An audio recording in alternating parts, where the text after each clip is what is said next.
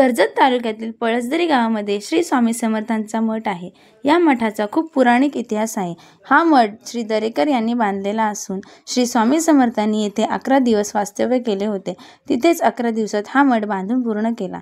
या मठामध्ये दररोज भजन, आरती आणि दुपारी रात्री महाप्रसाद दिला जातो। या मठामध्ये अन्नदान करण्यासाठी अनेक भाविक उत्सुक असतात। गुरुवार दिनांक 9 जानेवारी 2025 रोजी सायंकाळी 7:30 वाजता आरती आणि अन्नदानाचा मान वावरले गावाजवळील पाली गावातील प्रमोद भोसले यांच्या कुटुंबाला देण्यात आला।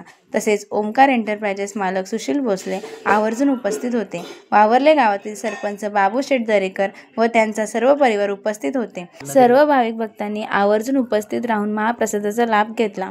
माझा रायगड न्यूजसाठी संपादक गणेश लोट, कर्जत, रायगड।